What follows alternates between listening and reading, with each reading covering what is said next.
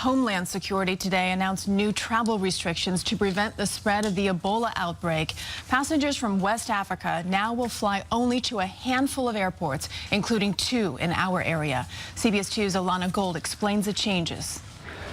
Come tomorrow, Newark and JFK airports will see a lot more passengers from Ebola-stricken West Africa. Am I worried? Of course. A worry for international flyers and people living in the Northeast. Absolutely, there's a fear of that. I mean, it's a transmittable disease. Even though it's hard to transmit, it's still something that can happen if controls aren't in place. Here are the new rules from the Department of Homeland Security.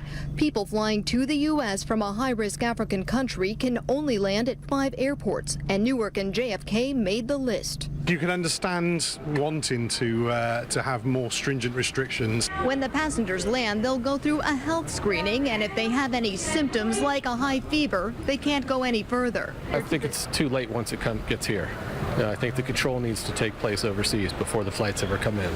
And while many are critical, Senator Chuck Schumer is praising this decision, saying it provides an added layer of protection against Ebola entering our country. As long as the appropriate restrictions are in place and the appropriate medical checks are in place, then it should be okay. City and state healthcare workers are also making safety a priority. Today, hundreds learned about treating Ebola at the Javits Center. This city, as you heard before, has been preparing and drilling for weeks and weeks. We're getting better at it. And we know that we're ready. Given a worst-case scenario. At Newark Airport, Ilana Gold, CBS 2 News. Mayor de Blasio says the emergency rooms in every public hospital in the city have been retrained in safety protocols for Ebola.